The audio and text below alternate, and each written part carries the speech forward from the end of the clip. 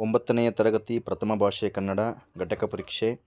ಸಮಯ 40 ನಿಮಿಷಗಳು. ಗರಿಷ್ಠ ಅಂಕಗಳು 20. ಘಟಕದ ಹೆಸರು ರಾಮರಾಜ್ಯ. ಮುಖ್ಯ ಪ್ರಶ್ನೆ 1. ಕೊಟ್ಟಿರುವ ಪ್ರತಿಯೊಂದು ಹೇಳಿಕೆಗೂ 4 ಆಯ್ಕೆಗಳನ್ನು ನೀಡಲಾಗಿದೆ. ಇವುಗಳಲ್ಲಿ ಸರಿ ಉತ್ತರವನ್ನು ಆರಿಸಿ ಬರೆಯಿರಿ. 3 ಪ್ರಶ್ನೆ 3 ಅಂಕಗಳು. ಪ್ರಶ್ನೆ 1. ಕನ್ನಡದಲ್ಲಿ ಈ ಪದದಲ್ಲಿ ಬಂದಿರುವ ವಿಭಕ್ತಿಯ ಹೆಸರು. ಆಪ್ಷನ್ ಎ ಚತುರ್ಥಿ, ಬಿ ಪಂಚಮಿ, ಸಿ ಷಷ್ಠಿ, ಡಿ ಸಪ್ತಮಿ. ಸರಿಯಾದ ಉತ್ತರ ಆಪ್ಷನ್ ಡಿ ಸಪ್ತಮಿ. ಸಪ್ತಮಿ ಅಲ್ಲಿ. ಪ್ರಶ್ನೆ 2.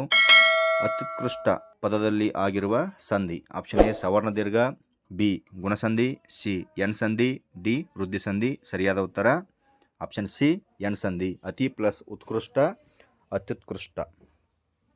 3. ಇವುಗಳಲ್ಲಿ ಅನ್ವರ್ಥನಾಮಕ್ಕೆ ಉದಾಹರಣೆಯಾದ ಪದವಿದು. Option A Rama, B Lakshmana, C Bharata, D ವಿದ್ವಾಂಸ. ಸರಿಯಾದ ಉತ್ತರ ಆಪ್ಷನ್ ಡಿ ವಿದ್ವಾಂಸ. ಅರ್ಥಕ್ಕನುಸಾರವಾಗಿ ಕರೆಯಲ್ಪಡುವ ಹೆಸರುಗಳಿಗೆ ಅನ್ವರ್ಥನಾಮ ಎಂದು ಕರೆಯುತ್ತೇವೆ. ವಿದ್ವಾಂಸ, ವೈದ್ಯ, ಶಿಕ್ಷಕ, ವಿದ್ಯಾರ್ಥಿ ಮುಂತಾದವು. ಕೊಟ್ಟಿರುವ ಮೊದಲೆರಡು ಪದಗಳಿಗಿರುವ ಸಂಬಂಧದಂತೆ ಮೂರನೆಯ ಪದಕ್ಕೆ ಸಂಬಂಧಿಸಿದ ಪದವನ್ನು ಬರೆಯಿರಿ. 3 ಪ್ರಶ್ನೆ 3 ಅಂಕಗಳು. 4. ಹೆಮ್ಮರ ಕರ್ಮಧಾರೆಯ ಸಮಾಸ. ಒಗ್ಗಟ್ಟು ಇದು ದ್ವಿಗು ಸಮಾಸ. 1 ಪ್ಲಸ್ ಕಟ್ಟು ಒಗ್ಗಟ್ಟು ಸಂಖ್ಯೆಯಿಂದ ಕೂಡಿದ್ದರೆ ಅದು ದ್ವಿಗು ಸಮಾಸ. 5. ತುಪ್ಪಳದಂತೆ ಲೋಪಸಂಧಿ. ಬೆಟ್ಟದಾವರೆ ಇದು ತತ್ಪುರುಷ ಸಮಾಸ. ಬೆಟ್ಟದ ಪ್ಲಸ್ ತಾವರೆ ಬೆಟ್ಟದಾವರೆ. ಉತ್ತರ ಪದದ ಅರ್ಥ ಪ್ರಧಾನವಾಗಿದ್ದರೆ ಅದನ್ನು ತತ್ಪುರುಷ ಸಮಾಸ ಎಂದು ಕರೆಯುತ್ತೇವೆ. 6. ಯ ರ ಲ ವ ಇವು ಅವರ್ಗೀಯ ವ್ಯಂಜನಗಳು. ನ ಞ ನ ನ ಮ ಇವು ಅನುನಾಸಿಕಗಳು. ಮೂಗಿನ ಸಹಾಯದಿಂದ ಉಚ್ಚರಿಸಲ್ಪಡುವ ಅಕ್ಷರಗಳಿಗೆ ಅನುನಾಸಿಕಗಳು ಎಂದು ಕರೆಯುತ್ತೇವೆ. ಮುಖ್ಯ ಪ್ರಶ್ನೆ. ಕೊಟ್ಟಿರುವ ಪ್ರತಿ ಪ್ರಶ್ನೆಗೂ ಒಂದೊಂದು ವಾಕ್ಯದಲ್ಲಿ ಉತ್ತರಿಸಿ. 3 ಪ್ರಶ್ನೆ 3 ಅಂಕಗಳು. ಪ್ರಶ್ನೆ 7. ಅಮಾತ್ಯರು ಯಾವ ವಿಷಯದಲ್ಲಿ ನಿಪುಣರಾಗಿರಬೇಕು. ಉತ್ತರ ಅಮಾತ್ಯರು ರಾಜ್ಯಶಾಸ್ತ್ರ ವಿಷಯದಲ್ಲಿ ನಿಪುಣರಾಗಿರಬೇಕು. 8. ರಾಜನಿಗೆ ಮಹತ್ತರವಾದ ಶ್ರೇಯಸ್ಸನ್ನು ತಂದುಕೊಡಬಲ್ಲವನು ಯಾರು. ಉತ್ತರ ರಾಜನಿಗೆ ಮಹತ್ತರವಾದ ಶ್ರೇಯಸ್ಸನ್ನು ಸಚಿವನು ತಂದುಕೊಡಬಲ್ಲನು. 9. ದೇಶಕ್ಕೆ ದೊಡ್ಡ ಗಂಡಾಂತರ ತರಬಲ್ಲವರು ಯಾರು. ಉತ್ತರ ದೇಶಭ್ರಷ್ಟಗೊಳಿಸಿದ ಶತ್ರುಗಳು ದೇಶಕ್ಕೆ ದೊಡ್ಡ ಗಂಡಾಂತರ ತರಬಲ್ಲವರು. ಕೊಟ್ಟಿರುವ ಪ್ರತಿ ಪ್ರಶ್ನೆಗೂ 3 ಅಥವಾ 4 ವಾಕ್ಯಗಳಲ್ಲಿ ಉತ್ತರಿಸಿ.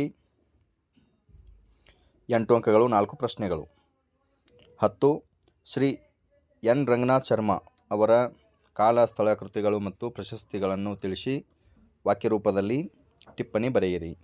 ಮಹಾಮಹೋಪಾಧ್ಯಾಯ ವಿದ್ವಾನ್ ಡಾಕ್ಟರ್ ಎನ್ ರಂಗನಾಥ್ ಶರ್ಮಾ ಇವರು ಶಿವಮೊಗ್ಗ ಜಿಲ್ಲೆಯ ಸೊರಬ ತಾಲೂಕಿನ ನಡಹಳ್ಳಿ ಗ್ರಾಮದಲ್ಲಿ 1916ರಲ್ಲಿ ಜನಿಸಿದರು. ಇವರು ಏಕಚಕ್ರಂ, ಬಾಹುಬಲಿ ವಿಜಯಂ, ಗುರುಪಾರಮಿತ್ರ ಚರಿತಂ, ಗೊಮ್ಮಟೇಶ ಪಂಚಕಂ ಮೊದಲಾದ ಕೃತಿಗಳನ್ನು ಅವರು ಸಂಸ್ಕೃತದಲ್ಲಿ ಬರೆದು ಪ್ರಕಟಿಸಿದ್ದಾರೆ.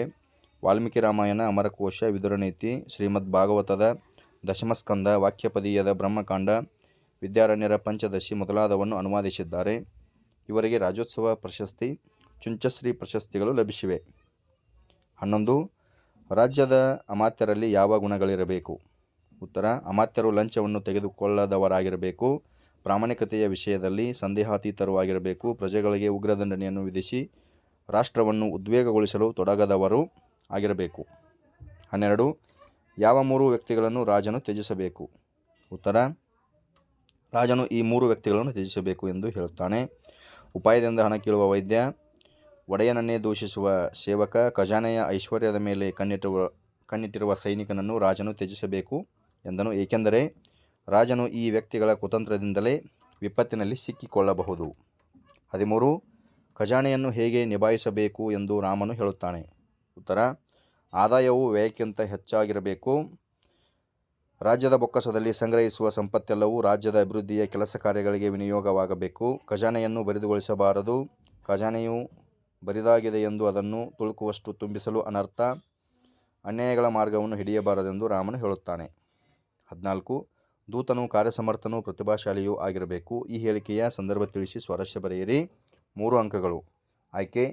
ಈ ಮೇಲಿನ ವಾಕ್ಯವನ್ನು ಡಾಕ್ಟರ್ ಎನ್ ರಂಗನಾಥ್ ಶರ್ಮಾ ಅವರು ಬರೆದಿರುವ ಶ್ರೀಮದ್ ವಾಲ್ಮೀಕಿ ರಾಮಾಯಣಂ ಕೃತಿಯ ಅಯೋಧ್ಯಕಾಂಡ ಸಂಪುಟದಿಂದ ಆಯ್ದ ರಾಮರಾಜ್ಯ ಎಂಬ ಗದ್ಯ ಭಾಗದಿಂದ ಆರಿಸಲಾಗಿದೆ.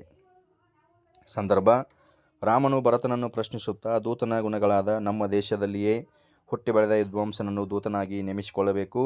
ದೂತನು ಕಾರ್ಯಸಮರ್ಥನೂ ಪ್ರತಿಭಾಶಾಲಿಯೂ ಆಗಿರಬೇಕು. ಹೇಳಿ ಕಳಿಸಿದ ಸಂದೇಶವನ್ನಷ್ಟೇ ತಿಳಿಸುವ ಸತ್ಯವಂತನಾಗಿರಬೇಕು. ವ್ಯಕ್ತಿ ವಸ್ತುಗಳ ಮೌಲ್ಯವನ್ನು ಯೋಗ್ಯತೆಯನ್ನು ಸರಿಯಾಗಿ ಗುರುತಿಸಬಲ್ಲ ನಿಷ್ಣಾತನಾಗಿರಬೇಕಲ್ಲ ಎಂದು ಹೇಳುವ ಸಂದರ್ಭದಲ್ಲಿ ಈ ಮಾತು ಬಂದಿದೆ. ಸ್ವಾರಸ್ಯ: ಇಲ್ಲಿ ಲೇಖಕರು ರಾಜ್ಯದಲ್ಲಿ ದೂತನ ಗುಣಗಳನ್ನು ಸ್ವಾರಸ್ಯಪೂರ್ಣವಾಗಿ ವರ್ಣಿಸಿದ್ದಾರೆ.